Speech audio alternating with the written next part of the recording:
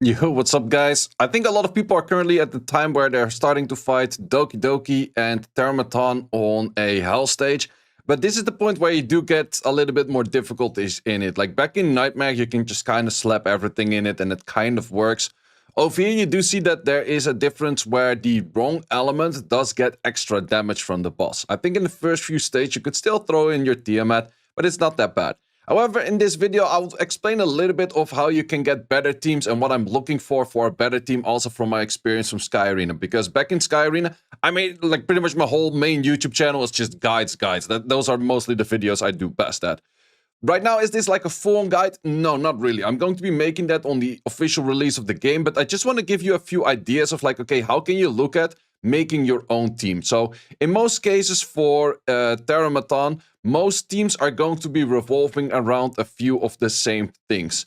And I do see a lot of people also going without healers and saying like, oh, it only fails like one or twice. I'll talk about that in a second, what my idea is about failing once or twice.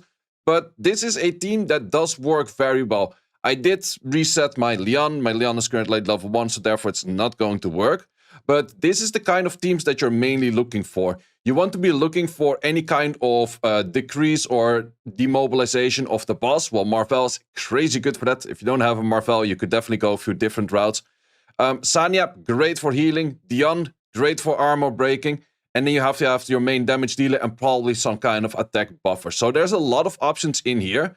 Might you say it's like, oh, this is the only team? No, that's actually not really the case, because you can actually check teams from other people. But then you still have to keep something in mind. So we're currently looking at the Hell 4. So we do see a bunch of teams like people getting like 34 seconds. That's absolutely crazy. That's super fast. But you can also click here on recent. And with the recent one, I would recommend to check things like, okay, what looks like a sound team? So I do really recommend to check into is like, okay, let's check a run of someone else. Can you notice right away that he plays on auto, or is he playing something on manual? Plus, where does he target first? Well, in the most case for Terrormaton, you mostly want to target left arm first, so the attacking arm first, and then you go for main boss. This player is also doing that in this case. I do tend to see a lot of Victors. I haven't really tried him out myself yet, but he does do a good amount of damage. And I've seen him with like all kinds of combinations where this thing definitely does do a good amount of damage. And sure, it is possible to go without a healer because your damage dealers mostly take most amount of damage, but due to the Freya buff, you actually get a bit of healing back. So Freya's on one side really good, but on one side it's also like, oh, this is really a must pull and that kind of stuff. This team does also have the Heinrich, which does make it very good for not getting the shield on from the right or the right arm, or whatever the support arm is called in that case. So yeah, this is definitely a very sound team. But this is definitely something not that maybe everyone can build because you do have, or maybe do not have that Heinrich. So my recommendation is actually to just check for all of the dungeons, like what are other people running and does it look like a sound team? Like this one, for example, does actually look pretty good. This one, I think if you go for slower teams, I think more people are looking more towards this than anything else. So let's see how this one does work. And in this case, you do not use, or they actually do use the Freya. Not really sure if I do recommend to use a Freya plus a Chiaki the Echo. They're kind of overlapping in the same style. And that's also, what do you need? You need, I would say, a solid team has something that deals damage, something that provides armor break, something that heals if you do need your healer. If you don't need your healer, you can replace your healer for another kind of damage, kind of whatever. You want something to disrupt the boss to a certain extent. And you want something that can buff attack. Yeah, that was the last thing I do. So we have damage in the form of Leon. We have the attack buff in the form of Jackie the Echo, but also Freya. So that's kind of a double overlap, which is maybe not that interesting. We have the healing inside of the Sanya. And we have the disruption inside of the Marvel. So the only thing we miss right now is the armor break. And you also have one thing double. You have Jackie the Echo and you have the Freya. Both of them are going to go for an attack buff kind of style. So that is the point where I say, like, okay, you're going to get into a very slow run. And actually for Terrormaton, the moment that he takes multiple turns, he's going to get more and more damage in. So it's going to be harder and harder to kill this boss. So I don't really recommend a run that is too slow. Also, if your run is, let's say, which I was talking about earlier, let's say you fail 50% of your runs. I think that's way too much, because every fail you do, you might be like, oh, it's on auto anyways, who cares? Well, the thing is, every failed run probably takes longer than a successful run. That's just most of the cases the case, Because if you make it successful, your whole team is alive, and otherwise your team is like kind of slowly dying one by one, and your support is longer alive, and then fight goes on a little bit longer, blah, blah, blah, that kind of stuff. Your team never really dies in one hit, so it always takes more time the moment you lose. Plus, you're wasting stability. You're only wasting one stability rather than in Sky Arena, you waste all 10. That's definitely a thing. But you also have to keep in mind with failing, let's say you do 100 runs, you have a 10% or you have a 10% fail rate. And that does mean that you're going to be wasting in 100 runs the extra 101th run. So 100 compared to 101 is not that much. But let's say you add 2, or you add 3, or you add 4 losers per. Sure, you could definitely say it's like, okay, but this is where I get the better gear, and therefore I have to farm this, and going into a lower stage would not get me that many upgrades.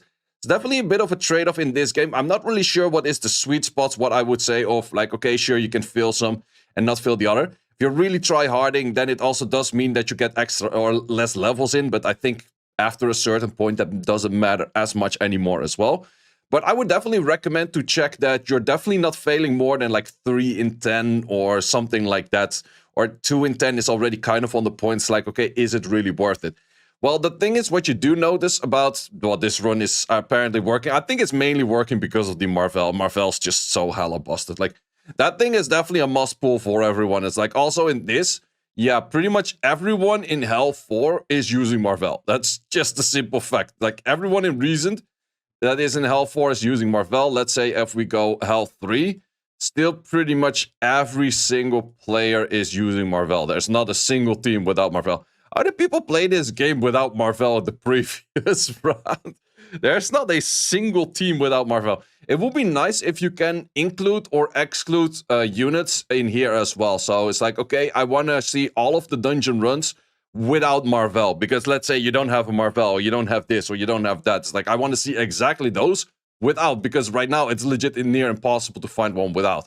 Do we see one over here without? Yeah, this is finally one. It does have a Heinrich in there though, but yeah, that's kind of the thing where you would say is like, okay, there are a lot of options to clear things. Oh, here's one that is actually a super slow clear. It's just a Hell one, but this is still kind of on the point. Like, you can kind of smack everything in there and it will somewhat work. In this case, I would definitely replace the Tiamat for a Dion or even a Grey, because that armor break is going to make this run a lot faster. So definitely do look at the strategies of trying to figure out your team. And we can, of course, also do the same thing for Doki. I haven't even cleared the Hell 4 yet. Been kind of slacking on that. So let's see what we have over here. Once again, whole bunch of Marvels, whole bunch of Krakens, I would say, which is pretty common. But you also have to keep in mind, don't just simply look as like, oh, I have those units, maybe I should build this as well. Well, you have to check that this guy is nearly 50 on like all of his characters. Still pretty slow run. And it's maybe not as sound as it looks. So that's definitely one of those things. Well, it's not that much of a slow run. Like, if we're talking slow runs, this is a slow run.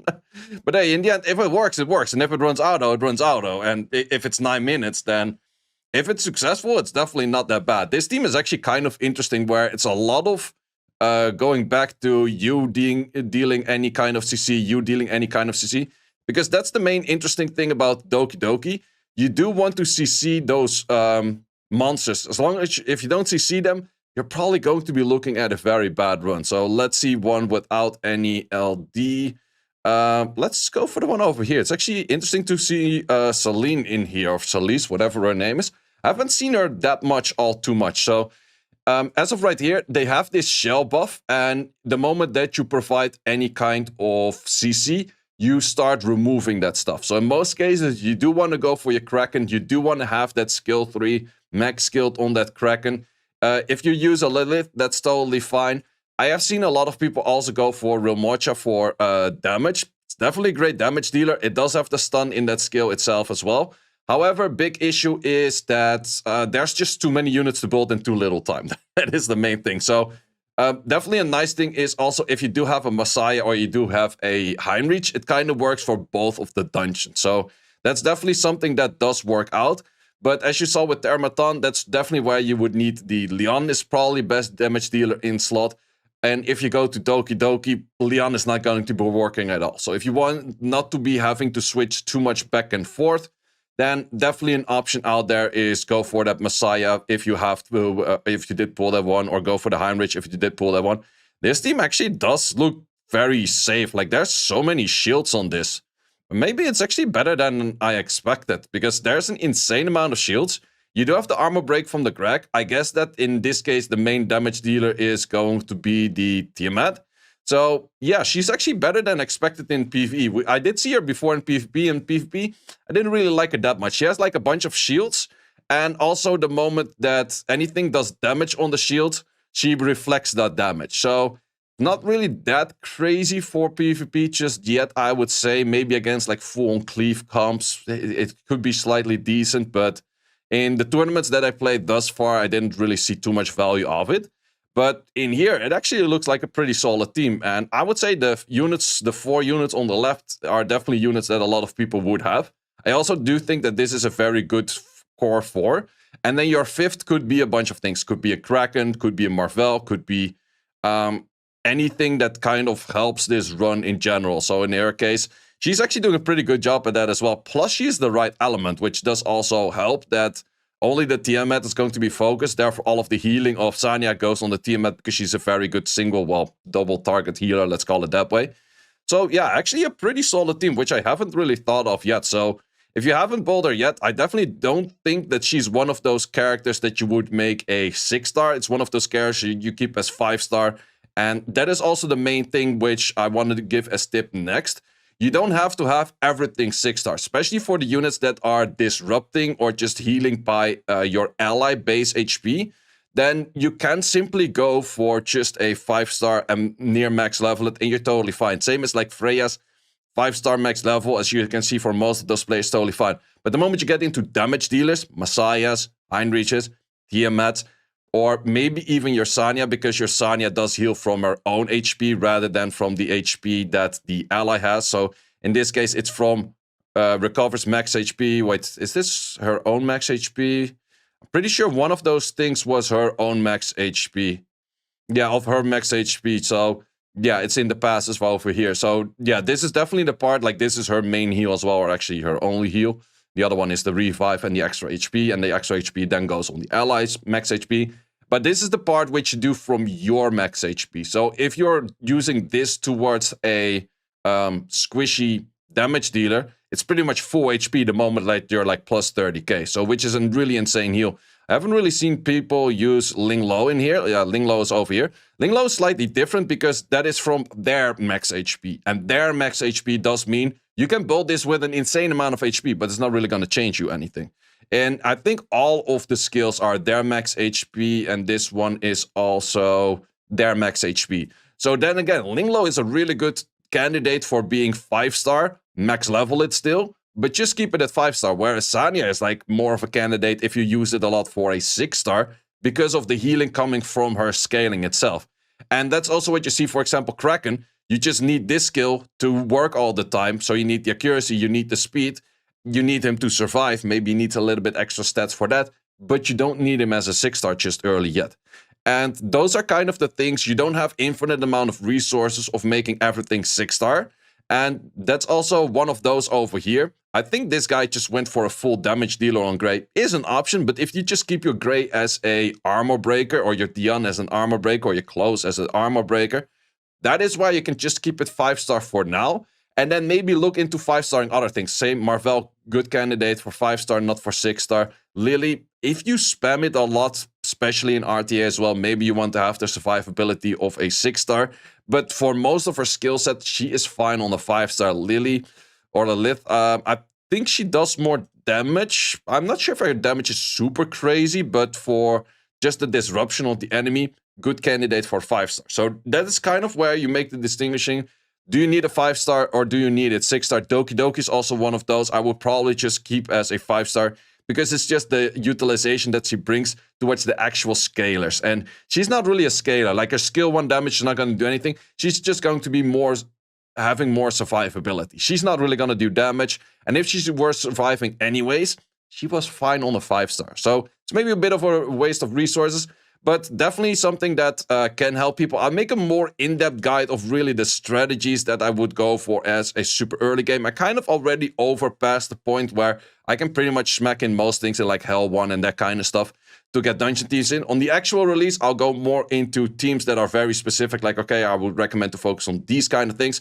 But then again, it is relatively easy to just see it in here and then just actually click on play, see whatever someone else is using. Can you replicate that? Did it look like a sound team? Because, for example, you do have some teams out there over here. I saw one team over here. I think it was...